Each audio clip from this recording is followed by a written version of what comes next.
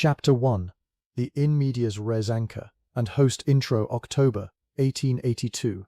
Kansas Territory. Mile marker 114, 2 days east of Dodge City. The wheel snapped at 4:30 in the morning, when the sky was still the color of cold ash and the wind moved low across the short grass like something hunting. Clara Voss heard it before she felt it, a sound like a rifle report, sharp and final, and then the wagon listed hard to the left, and she was thrown against the buckboard's side rail with enough force to press the breath from her lungs in one flat, involuntary syllable. She did not cry out. She had not cried out in 3 years, not since the morning she had settled her mother's final account at the lending house on Crandall Street and walked away with $11.40 remaining to her name.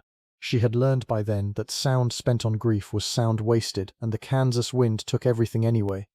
She pulled herself upright. The mule, a gray-eared animal named Bucket, whom she had purchased 14 days prior at the Abilene livestock yard for $7 even, stood entirely motionless in the traces, one ear forward and one ear back, as though the animal was conducting a private audit of the situation and had not yet returned a verdict. The rear left wheel had fractured at the hub. The iron tire lay in the dust 3 feet away from the spokes, which fanned outward like the ribs of something dead.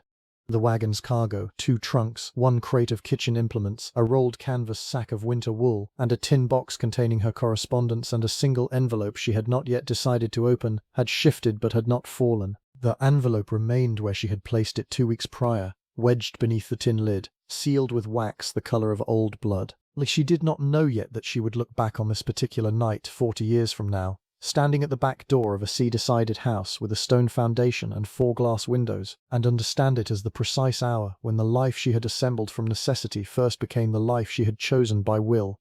She climbed down from the listing buckboard. Her boots struck the hardpan with a sound like the flat of a hand on a table. Decisive, present. The dark was not complete. A half-moon sat low in the southwest and threw enough pale light to make shadows. She walked to the wheel, crouched beside it, and ran her thumb along the fracture line.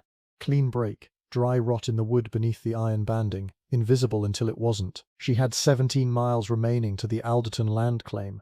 She had a mule, 2 sound wheels on the front axle, 1 fractured wheel, no spare, and a crate of tools that included a hand auger, a crosscut saw, and a ball-peen hammer. She had $12. She had the letter. I am your host, and I am so glad you found your way here today. Welcome back to the channel.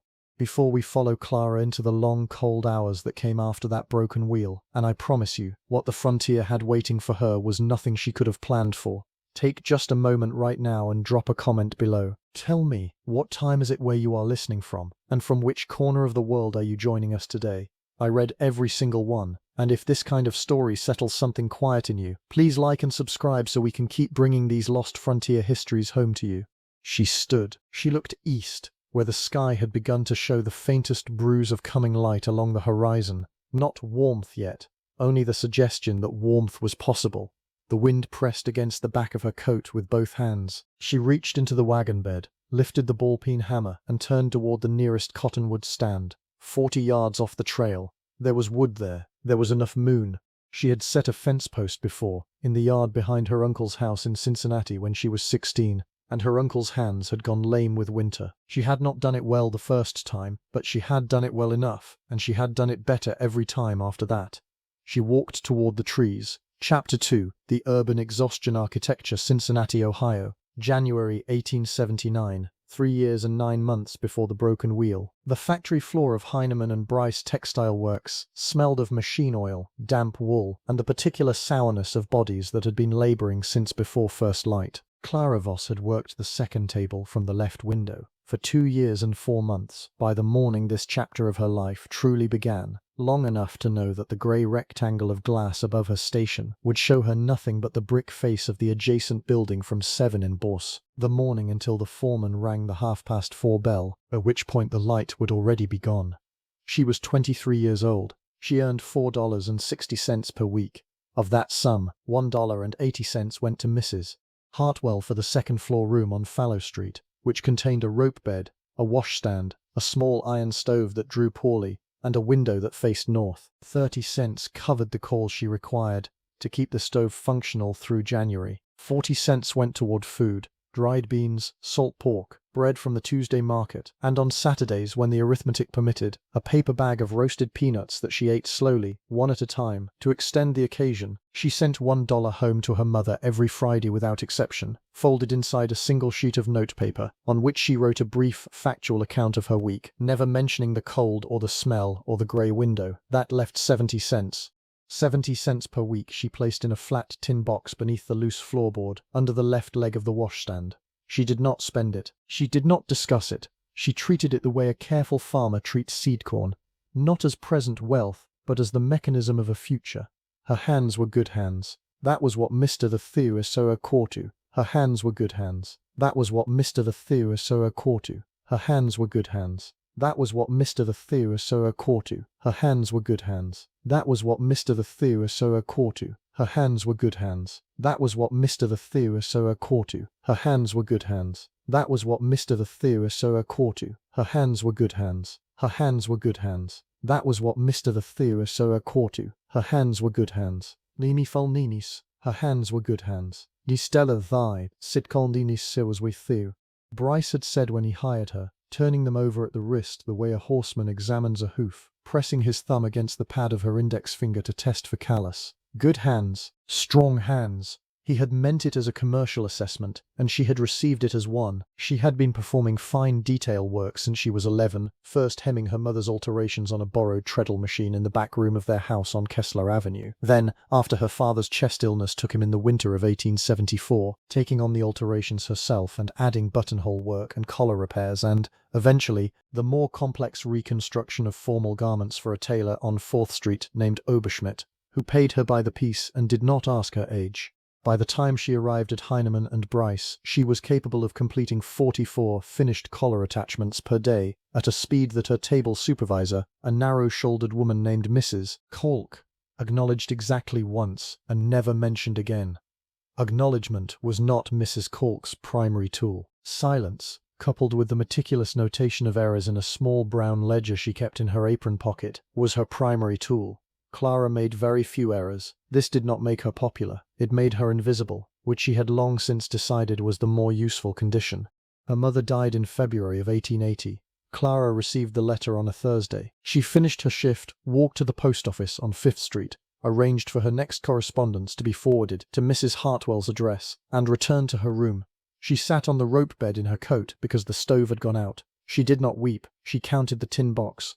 $41.30. She had known for some time that Cincinnati was a place she was passing through. The factory had clarified it, the grey window had clarified it, and her mother's death completed the clarification in a way that left no remaining argument. There was nothing holding her to Fallow Street except inertia, and inertia, she had observed, was simply the habit of people who had not yet calculated an alternative.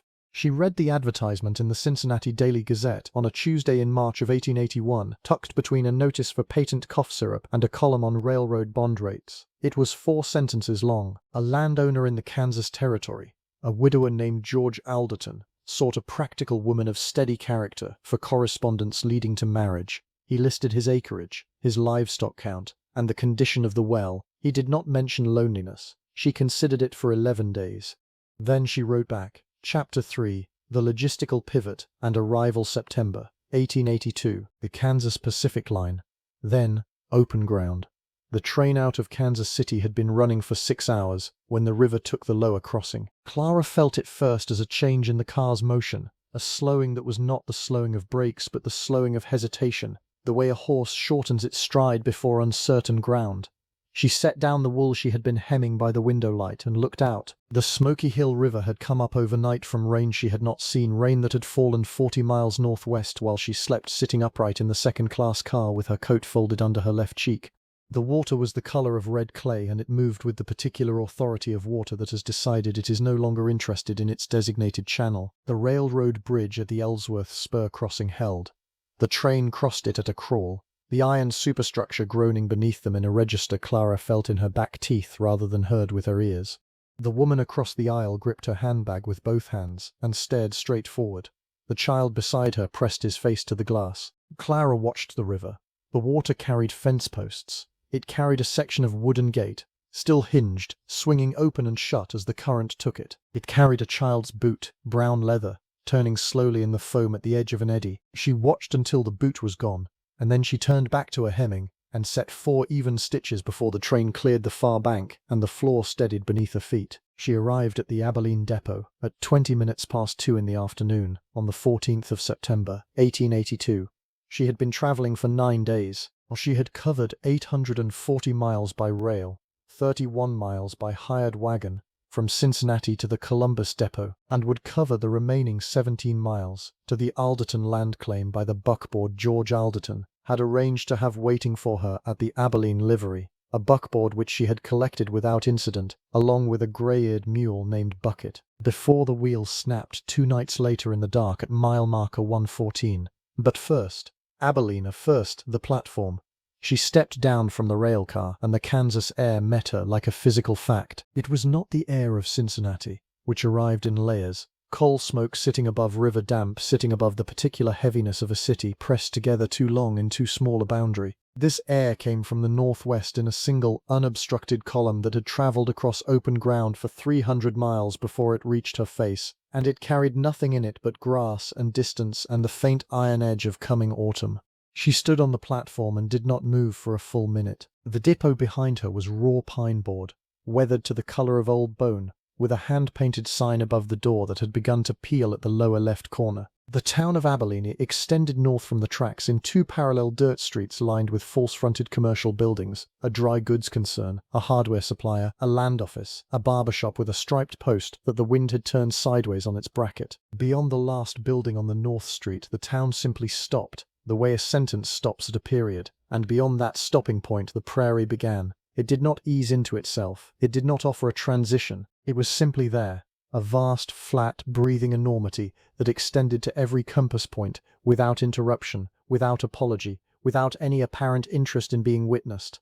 The grass was the color of dried wheat, moving in long, slow waves that traveled west to east in the wind, the same way a hand moves across a bolt of fabric. The sky above it occupied more of her vision than she had understood sky could occupy. It was not blue. It was too large to be simply blue. It was a whole graduated system of color, deep cobalt at the apex shading through layers of pale silver toward the horizon, where a line of cloud the shape of a distant mountain range sat motionless above the earth. She had read about the prairie. She had read accounts in the Gazette and a pamphlet issued by the Kansas Pacific Railroad entitled The Garden of the West, which had described the landscape in the language of real estate. The pamphlet had been accurate about the acreage. It had not been accurate about this. She picked up her 2 trunks, one in each hand, and walked toward the livery. Chapter 4. The System of Domestic Labor, September 22, 1882. The Alderton Claim, Rooks County, Kansas. George Alderton was mending the east fence line when she arrived. She saw him before he saw her, a broad-shouldered figure in a canvas work coat, crouched at the 3rd post from the corner, driving a staple into weathered cedar with the flat of a fencing hammer. He did not look up at the sound of the buckboard. He finished the staple first, tested the wire with 2 fingers, and then stood and turned, and the morning light came across his face from the left side and showed her the details plainly. A man somewhere in his middle 40s, dark-haired going grey at the temples, with the particular economy of movement that belongs to men who have been spending their physical effort carefully for a long time, and have learnt not to waste a single unit of it. His left hand, she noticed, did not close all the way around the hammer handle. The last 2 fingers sat at a permanent slight angle, the result of some old damage that had healed without the benefit of a physician's correction. He had not mentioned it in any of his 7 letters. She had not mentioned in her letters that she was afraid of open water. They were, in this way, already equal. Miss Voss. He said it the way a man confirms an entry in a ledger, not cold, but precise. Mr. Alderton, he nodded once toward the house. Stoves lit, that was the entirety of it. She climbed down from the buckboard, lifted her smaller trunk, and walked toward the house while he returned his attention to the fence wire. Behind her she heard 2 more hammer strikes, clean and deliberate, and then silence. The house was a soddy with a timber-framed addition on the south end, the addition being 3 years newer than the original structure, and built from milled pine that had not yet fully weathered to match the older walls. The floors were packed earth in the original room, and rough-cut board in the addition. The stove was a favorite number, 7 cast iron, with a warping plate on the left rear burner that had been shimmed with a folded piece of tin. The chimney drew well. The windows, 2 of them, both south-facing, were single-pane glass in unpainted frames, and the afternoon light came through them in a long, examining rectangle that moved across the floor between the noon hour and 3 o'clock like the slow hand of a sundial. She spent her first full day cataloguing. The root cellar held 12 quarts of preserved tomatoes, 8 quarts of pickled beets, a half bushel of dried beans in a cloth sack, 4 smoked hams hanging from the ceiling joists on iron hooks, 2 crocks of lard sealed with wax, and a wooden box containing seed corn for the following spring. She wrote the inventory in a fresh composition book she had brought from Cincinnati, entering each item in 2 columns, quantity and condition, with a third column left blank for the date of depletion. George Alderton came in at noon, washed his hands at the basin by the door, and sat down to the meal she had prepared without comment on the fact that she had prepared it. He ate with the systematic attention of a man who regards food as a fuel problem to be solved. He refilled his own coffee cup. He did not ask her what she thought of the root cellar, which was wise, because her honest answer would have required more words than the occasion called for. What she thought was, "This is a man who has been managing alone for long enough that he no longer notices the gaps." She noticed them. The preserved goods were sufficient in quantity but poorly rotated. The oldest jars were at the back where they would be reached last. The seed corn was sound but had been stored too close to the east wall where winter damp would find it. The farm record ledger on the shelf above the stove contained entries only through March of the previous year, the handwriting growing incrementally smaller and more compressed through the final pages, the way a man's handwriting changes when he is very tired and has no one to report to. She reorganized the root cellar that afternoon. Oldest jars forward, seed corn relocated to the dry interior shelf. She moved the seed corn without announcing that she had moved it. He noticed the following morning. He stood at the cellar door for a moment, looking at the altered arrangement, and said nothing. But that evening he brought in an armload of extra firewood without being asked, and stacked it beside the stove in the addition rather than the main room, which was where she had been working after supper. It was a small adjustment. It was also a precise one. Near the stove, on a low 3-legged stool, sat a boy of perhaps 8 years. George Alderton's son, whose name was Caleb, and who had been introduced to her on the first morning with the same ledger entry economy his father applied to most communications. Caleb did not speak frequently. He watched, however, with the absolute, unhurried attention of a child who has spent considerable time in the company of adults and has learned that watching yields more reliable information than asking. He watched her move the seed corn. He watched his father notice it. He looked between them once and then returned to the piece of harness leather he was oiling with a rag and a tin of neatsfoot oil, working it into the grain in slow, even circles the way someone had taught him. Outside, the wind moved through the dry grass with a sound like distant water.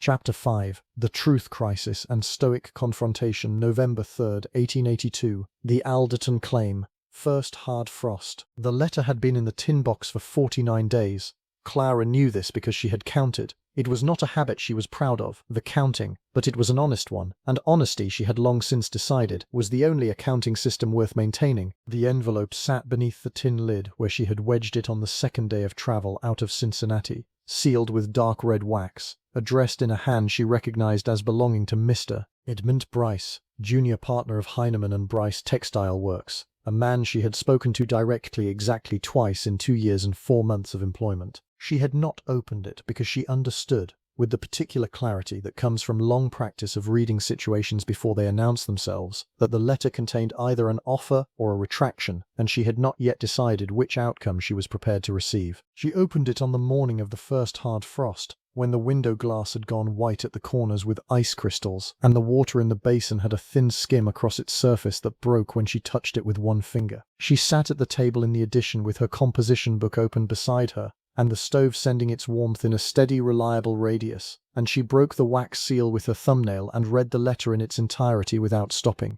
Edmund Bryce had died in August. His estate, in settlement of a long-standing obligation to her uncle's original business, a connection she had not known existed, had designated a sum of $240 to be held in her name at the First Commercial Bank of Cincinnati, drawable upon her written instruction. The letter had been delayed by the estate's legal proceedings and had followed her from Fallow Street to Mrs. Hartwell's forwarding address to the Abilene post office, arriving at the Alderton claim by rural carrier 6 days after she had. $240. She set the letter on the table. She looked at it for a long moment. Then she closed her composition book, put on her coat, and went out to find George Alderton. He was in the barn, working the near wheel of the repaired buckboard. She had managed a field repair on the broken hub using green cottonwood and the ball-peen hammer that had lasted the remaining 17 miles, a fact he had examined with careful attention when she arrived, and had not commented on directly, though he had run his hand along the repair twice. He was fitting a new iron tire to the wheel now, heating the metal in a shallow fire of cedar scraps and driving it onto the rim with measured hammer strikes. She stood in the barn door. The smell was hay and horse and wood smoke and the sharp mineral edge of heated iron. "I need to tell you something," she said. He set the hammer down on the anvil block. He did not turn immediately. He pulled on his work gloves one finger at a time, and then he turned and looked at her with the direct, unhurried attention he applied to problems that required accurate assessment before response. She told him about the letter. She told him the sum. She told him she had not known about it when she answered his advertisement, and she told him she had not known about it when she arrived, and she told him she was telling him now because the alternative, knowing and not telling, was a foundation she was not willing to build anything on. When she finished, the barn was quiet except for the low tick of cooling iron and the movement of the horse in the far stall shifting its weight. George Alderton looked at her for a long time, not through her, not past her, at her, with the same quality of attention he had given the fence wire on the morning she arrived, testing for integrity. "Does it change what you came here to do?" he said. "No." He picked up the hammer. "Then it doesn't change anything." He turned back to the wheel. She stood in the barn door for another moment, and the frost-cold air pressed against her back from outside and the stove-warm air from the house pressed against nothing because the house was 40 yards away and warmth does not carry that far. But the barn was not cold. The cedar fire was small and steady and the animals gave off their own reliable heat, and the smell of wood smoke moved through the whole interior space like a thing that belonged there. Sapia from the hayloft above, looking down at her over the edge of the boards with his characteristic unhurried attention. He had been there the entire time. He looked at her, and then at his father's back, and then he disappeared again into the hay without a word. Outside, the first hard frost lay across the prairie in a single, unbroken white sheet that made the whole world look like a clean page. Chapter 6. The Legacy. Historical Outro and Engagement Close, December 14th, 1882. The Alderton Claim. Then, across the decades, they married on a Tuesday, which was practical, because Wednesday was the day George Alderton drove the supply wagon into Ellsworth, and it made sense to combine the journey. The county clerk, a thin-wristed man named Horace Pitts, performed the brief civil ceremony in his office above the land registry at 10 in the morning. Caleb stood beside his father in his good wool shirt, which Clara had let out at the shoulders 3 weeks prior without being asked, because she had seen it was necessary, and the thread and the hour were both available to her. George Alderton placed a plain iron band on her finger. He had made it himself, in the barn, at the same anvil where he had fitted the buckboard's new tire. It was not a jeweler's work, it was a blacksmith's work. Solid, even, without ornament, built to last under the conditions of the life they were undertaking together. She looked at it on her hand for a moment, and then she looked at him, and he met her eyes with the same steady, assessing directness he had applied to every significant problem she had watched him solve in the 3 months since she had stepped off the Abilene platform. "Practical," she said. "Solid," he said. Horace Pitts recorded the marriage in the Rooks County Register at 10:14 a.m. and wished them well in the manner of a man who has witnessed many such transactions and understands that the institution is sturdier than the ceremony. They drove home through the first real snowfall of the season. The prairie, under fresh snow, was a different country entirely. Quieter, the wind temporarily gentled, the long grass buried to its tips so that the ground showed only as a continuous white surface, interrupted by the dark verticals of fence posts and the occasional cottonwood standing black against the grey sky. Clara sat beside George on the buckboard bench with her coat buttoned to the throat and the lap robe across both their knees, and Caleb sat in the wagon bed behind them wrapped in a horse blanket, watching the snow come down with the serious, cataloguing attention that was his primary mode of engaging with the world. The iron band was cold against her finger. She did not mind. The $240 from the Bryce estate went into the operation of the farm in careful, deliberate installments across the following 4 years. $30 purchased the milled lumber for a proper floor throughout the original sodroom. $45 funded the seed purchase and equipment repair of the spring of 1883, which proved the most productive growing season the Alderton claim had recorded in its 8-year history. $60 went toward a second milk cow and the fencing of the north pasture. The remainder was held in reserve against the drought year of 1886, when it proved not merely useful but essential. The drought came and went, the north pasture held, the floor remained sound. Caleb Alderton enrolled at the Kansas State Agricultural College in Manhattan in the autumn of 1892, at the age of 18. and graduated with a certificate in land surveying in 1895. He spent 31 years working for the Federal General Land Office, surveying the remaining unsettled territories of the Western Plains, and retired to a house in Salina, Kansas, in 1926 with a wife named Ruth and 4 children whose names were recorded in the family Bible in Clara's precise, even handwriting, which had not changed appreciably in 40 years. A second child, a daughter named Margaret, was born to George and Clara Alderton in the spring of 1884. Margaret Alderton studied nursing at a school in Topeka, married a physician named Dr. Harlan Cross in 1906, and spent 22 years operating a traveling medical practice across the rural counties of central Kansas, treating farm families who could not reach town-based care. She was known in 3 counties for her calm, unhurried manner with frightened patients and for the quality of her hands. George Alderton died on the morning of March 9, 1921, in the cedar-sided house with the stone foundation and 4 glass windows that he and Clara had built on the original claim site in the summer of 1889. He was in his early 80s. He had been mending a harness the evening prior and had set it on the workbench in the barn not quite finished, with the intention of completing it in the morning. Clara noted this in her composition book. She had filled 19 of them by that point, with the entry, "G gone at dawn, harness on the bench, will finish it." She finished it that afternoon. Clara Alderton died on the 6th of February 1924, in the same house, in the same bed, at the approximate age of 67. The county death record listed her occupation as farmer. She had listed it herself, on a form she completed with Caleb's assistance in the autumn of 1923, and when Caleb had suggested homemaker as an alternative, she had looked at him with the particular quality of attention she had applied to most significant problems across her long life, and said nothing, and he had written farmer. In the spring of 2019, a graduate student in agricultural history at Kansas State University named Gideon Vance was conducting archival research on drought-era land use patterns in Rooks County when she located, in a box of uncatalogued estate materials donated to the County Historical Society in 1961, 19 composition books in varying states of preservation. The handwriting throughout was even, precise, and consistent across 4 decades. The final entry, dated January 28, 1924, read, "Wind from the northwest, ground solid, seed corn in the dry interior shelf where it keeps best. Everything in its place." Gideon Vance sat in the archive room for a long time after she read that sentence. The fluorescent light above her hummed its single, indifferent note. Outside the window, the Kansas wind moved across the open ground the way it always had, without asking permission, without offering explanation, carrying nothing but distance and the honest weight of everything it had passed through to get there. She opened her notebook and began to write.